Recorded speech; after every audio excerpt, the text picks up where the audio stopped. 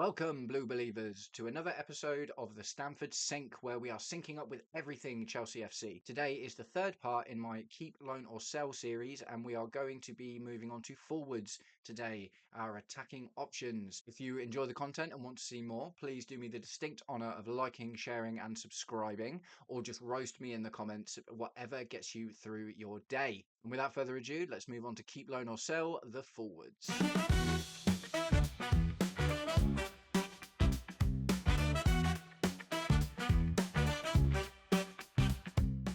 Okay, so we start moving into the attackers, and we'll start off with Pedro Neto. Pedro Neto, keep 100%. I don't think he's the guy. I don't think he's that right wing option that is, going to lock down that position, and it's going to be impossible for anyone else to get in there. I think he is only marginally better than Madueke at the moment, and we've got Esteval Willian coming in as well. So there's going to be, for that spot. I mean, you might even see Cole Palmer out there a little bit, depending on what happens. But that spot's got a lot of competition.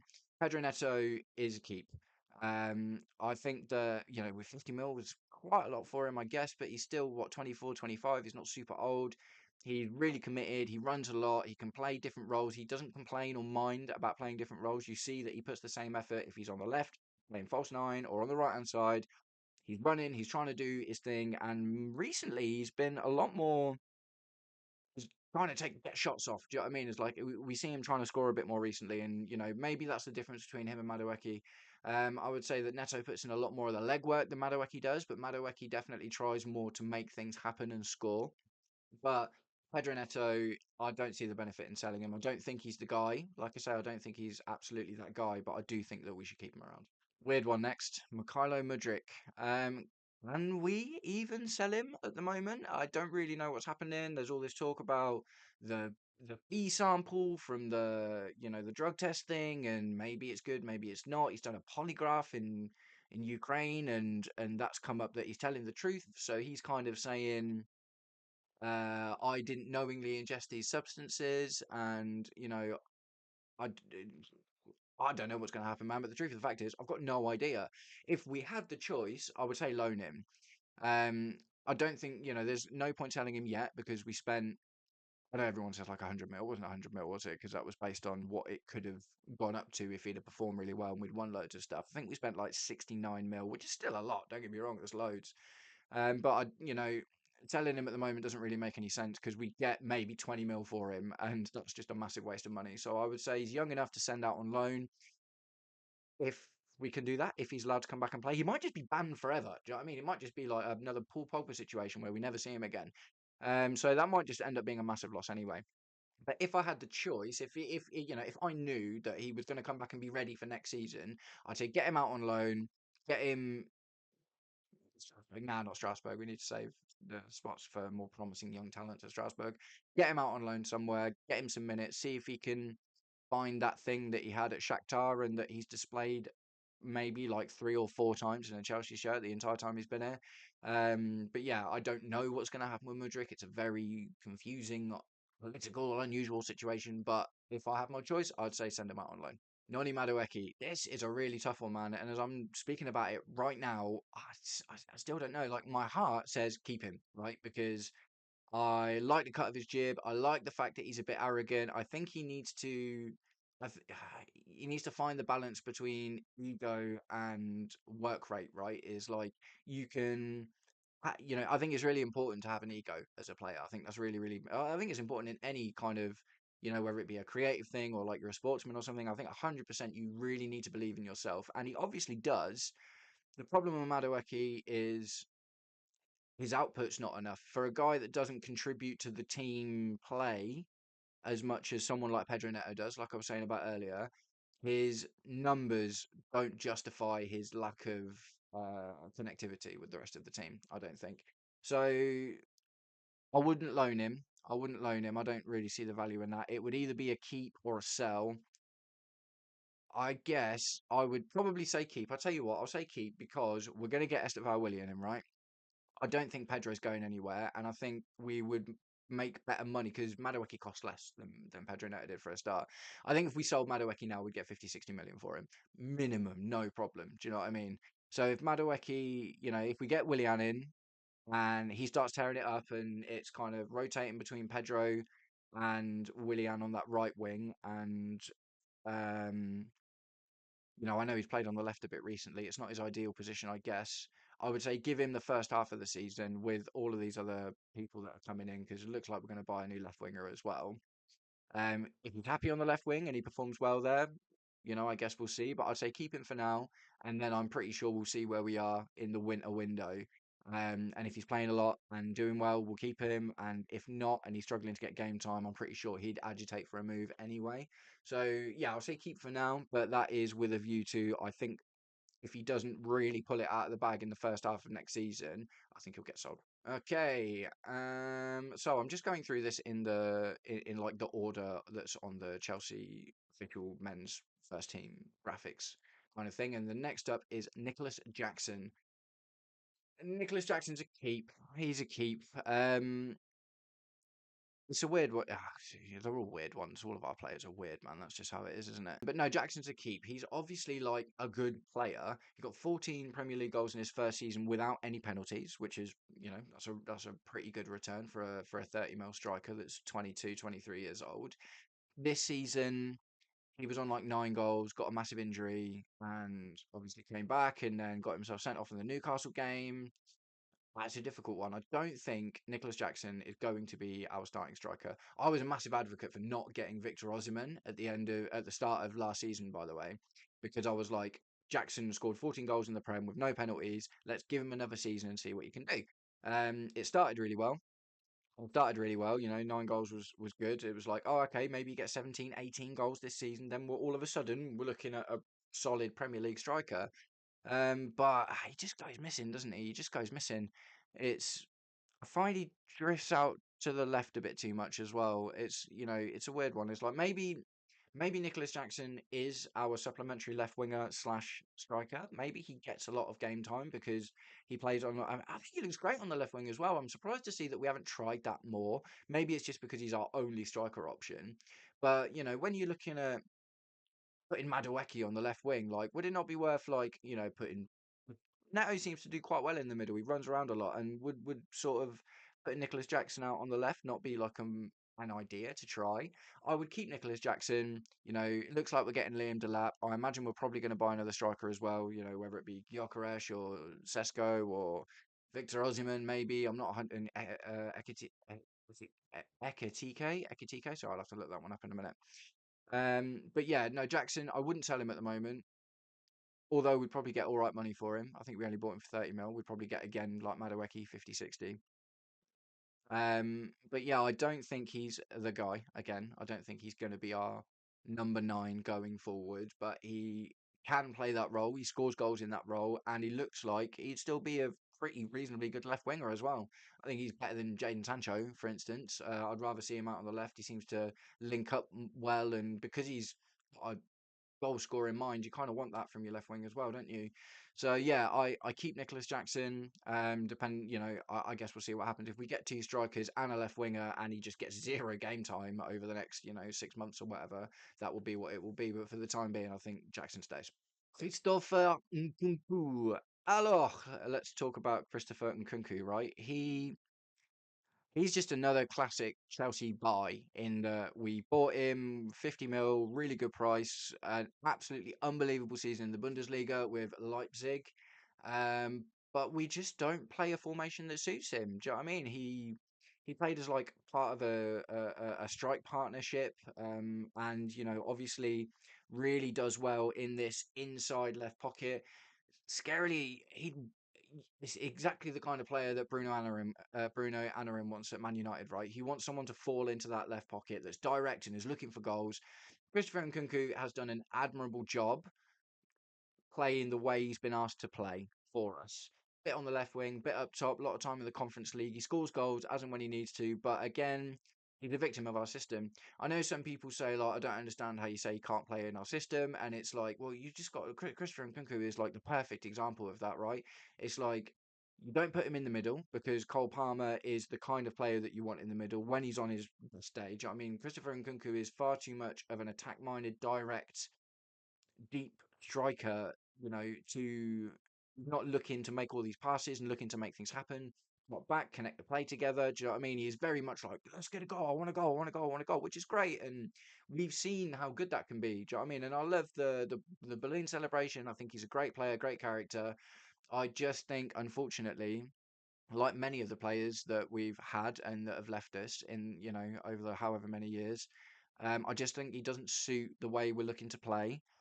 And I don't think you choose Nkunku over Maresca.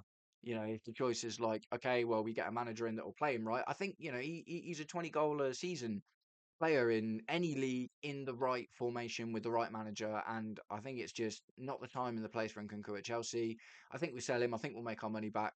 I hope we don't sell him to a Man United or, I saw some links for Spurs the other day as well. I'm not keen to send him to a rival. I say rival, 15th, 17th, not exactly rivals, but you know what I mean, right? You know what I mean? He could literally just go to a team and play amazing, and we'd have egg on our face afterwards, and we'd be like, oh man, that was silly. So there's PSG talks. I think the way Luis Enrique is playing at PSG in the moment, I think, yeah, get him over there like a false 90 kind of guy. Just get him away from us where he can't hurt us, because I think he's really, really, really good. But I don't want him to be really, really, really good against us. So Christopher Nkunku, sold. Jadon Sancho. So we've got Jadon Sancho on loan from Man United. It's all very political, convoluted. Oh, you need a degree in finance to be a Chelsea fan these days. Do you know what I mean? You can't just understand what's going on. So it seems to be we had an agreement. So we got him on loan from Manchester United, and the agreement was if we finished above 14th, which is that was a great clause got in the contract there. Well done to the guys that organised that one. If we finish above 14th, we get him for 25 mil. And if we don't want him, we give Man United a 5 mil loan fee. Either way, both of those look like good options. I don't think he's going to make it in our first team. I don't think he's young enough to improve enough. Do you know what I mean? I think that we can start to, it's so annoying, man, because that goal in the Conference League final was stunning. And if he scored 7 goals like that, only 5 goals like that throughout the season, I'd probably be more like, yeah, okay, cool, we'll keep him. We can see it. We just need to keep pushing. But he just goes missing in games. He just goes missing in games, and he just very rarely looks like he's going to make anything happen. Um, I like Jadon Sancho. I really wanted him when he went to United. I think if we'd have got him when he come from Dortmund, I mean, the same thing probably would have happened, wouldn't it? Let's be honest. Um, I think I think the best thing to do with Jadon Sancho is ultimately keep him to sell him. So rather than send him back to United, I think we keep him. I think we buy him for 25 mil, because any day, 25 mil is a good price for Jadon Sancho. Considering his performance, his stats for the season, 25 mil for a Jadon Sancho is a good deal. We get that or 30, 35, 40 mil at an absolute push if we sell him to a Dortmund or a Leverkusen or maybe an Italian team. One of the Milans comes in for him or something. I think we keep him to sell him, right? So ultimately, I think it's a sell, because we'll be able to, because he'd be our player. I don't think we should. I think we'll do better making the money out of him than just sending him back and paying 5 mil. I think if we just pay the 5 mil to United, then that's just 5 mil out of the pocket, isn't it? But if we buy him and sell him, then I think I think we'll make a tidy little profit out of him, because he is a good player. Again, I don't really see him working super well in our team. So yeah, we keep him and he gets sold. Cole Palmer, cold, chilly, freezy, cold Palmer. Right. Well, he stays. He stays, doesn't he? There's absolutely no question about that. I don't think anyone could really afford him at the moment. Because we would still ask for outrageous money, despite the fact that he hasn't had an amazing end of the season. He's still really young, 22, 23 years old. Looks like the future of the heart of our team. He on his day he's up there with the best players ever. I mean, he's literally up there with the best players ever. This has been a really, really tough season for him, and the truth of the fact is, how he bounces back from this season will determine if he turns into that player or not. We have seen two Cole Palmers now. We've seen Cole Palmer scores millions of goals in the Premier League and makes jokes out of defences and takes the absolute mick with stylish penalties and crazy passes and, do you know what I mean, linking play together and being everywhere, doing everything at the right time. I remember in the Pochettino season, there was once he'd scored a couple of goals And then I think we can in like one half, and then we conceded one. I can't remember who it was against. Maybe it was Brighton or something. But I remember him mouthing to the rest of his players, "I can't do it all on my own." And what was, that was like peak Cole Palmer, right? Is where everyone was just absolutely terrified of him. What's happened now? It's a twofold thing, right? It's yes, there's the fact that Palmer is not playing very well. Well, not very well. Two assists in the Conference League was awesome, and he seems to be picking back up a bit. He's obviously nowhere near the level he was in the first season, or even the first half of this season.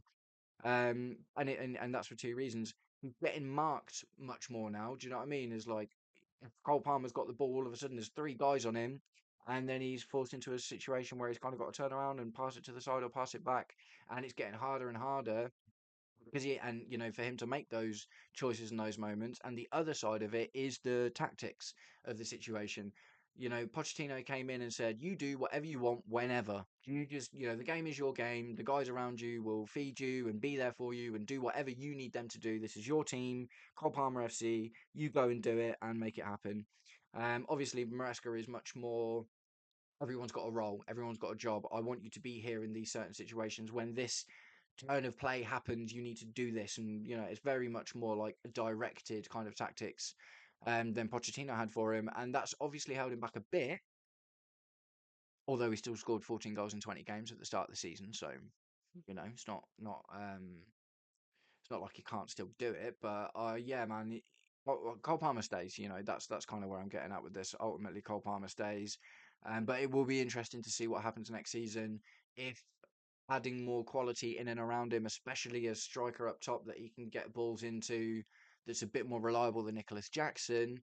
And maybe a winger that can take some of that pressure off him by being a bit tricky and a bit fiddly and drawing a few defenders away from him. Maybe we can open him up again. I think next season's very, very telling. I know he's on one of these million-year deals, with the incentives and all this and that and the other. So it is totally in our court, right? Like, there's no situation where Cole Palmer comes and says, "I want to leave," and we're like, "Okay, Mr. Palmer, we'll let that happen." Like, we basically have got this long contract and we're in control of it. So we'll have to see how that goes. But obviously, I want Cole Palmer not only to stay, but to find the best of himself again. Okay, a couple of youngsters. Next we've got Tyreek George. Tyreek George, loan, I think. I think he's shown enough this season. It's one of them, isn't it? It's like your young players, when they have their breakthrough seasons, I would say that this has been Tyreek George's breakthrough season. He's won games for us. He's been asked to do a lot of stuff that he's not really his game. Do you know what I mean? He's not a striker. He's a winger slash attacking midfielder kind of guy, more so a winger, I think. He's come in and responded well to Maresca, and he looks like he could be a good player. We haven't seen like he's not like super young and exciting and gets you off your feet. Do you know what I mean? But he's coming in and he's been a really good squad player. So I think the next step is to see how well he does when he's given a bit more responsibility and a bit more pressure, and you're the team. So it's a loan. It's 100% a loan. Tyreek George, one or two things is going to happen. He's going to go out on loan and have an Andre Santos style season, and then we look at squeezing him back into our first team, or he's going to go out on loan, have an all right season, and we'll sell him for 20 mil, and he's an academy product, so that's for profit. It's only bonuses either way, but I think he's spent enough time behind our first team now. I think there's other guys in the academy that need to take Tyreek George's spot in our team. Do you know what I mean? I think there's other academy, but we're going to have to keep on pumping out these academy players and giving them chances to find out what to do about them. Tyreek George has done enough to say, yeah, okay, there's potential there. We're not just going to sell you for 3 million or whatever. Maybe there's something there. Let's get him out on loan and see what he can do when he's got some more responsibility. And before we move on to the players we've got out on loan, the last player on our list is Mark Gui. Oh, I've just realised how silly of me. It's in number order. Obviously, I'm looking at it in what their shirt number is. So Mark Gui, number 38, the last of the Chelsea first team. Um, I guess it's a loan, right? Because I would love to have seen more of him this year. I really liked him when we got him. I like how he's got tenacity and energy, and he runs a lot and got an eye for a goal. Do you know what I mean? He needs to work on it. Obviously, he's young, but he's got a good finish on him. But he looked like a really exciting, energetic player, and I think if It's just injuries, man, isn't it? God, we're so unlucky with injuries. Um, but yeah, I think it's a loan, a Strasbourg loan. Actually, I think he is exactly the kind of player we need to send to Strasbourg. He's obviously got lots of potential. We got him for an absolute bargain from Barcelona, like 5 mil. Do you know what I mean? So either way, whatever happens, we're going to make some money on this kid. I think he's 19 now, maybe edging on to 20 or something. We loan him to Strasbourg. And they were willing to take David Washington of us a little while ago, for instance. So there's obviously room there for them to have a striker, whether it be their main guy or a supplementary striker. But I think he needs to go and compete in a team that he can get into. If we buy Liam Delap and Jackson's still going to be here, and we're looking at taking one of Sesko, Gyökeres, Ekitike, or Victor Osimhen, do you know what I mean? Is like he's just going to get zero game time. So I don't think we're selling him yet I don't think that's worth it, to be honest, because I think he could go and score 10 goals somewhere in the Championship or in Liga or do you know what I mean? Something like that. So I think we loan him out and we see how he gets on. And if he scores a few goals, then we'll make a few quid on him, won't we?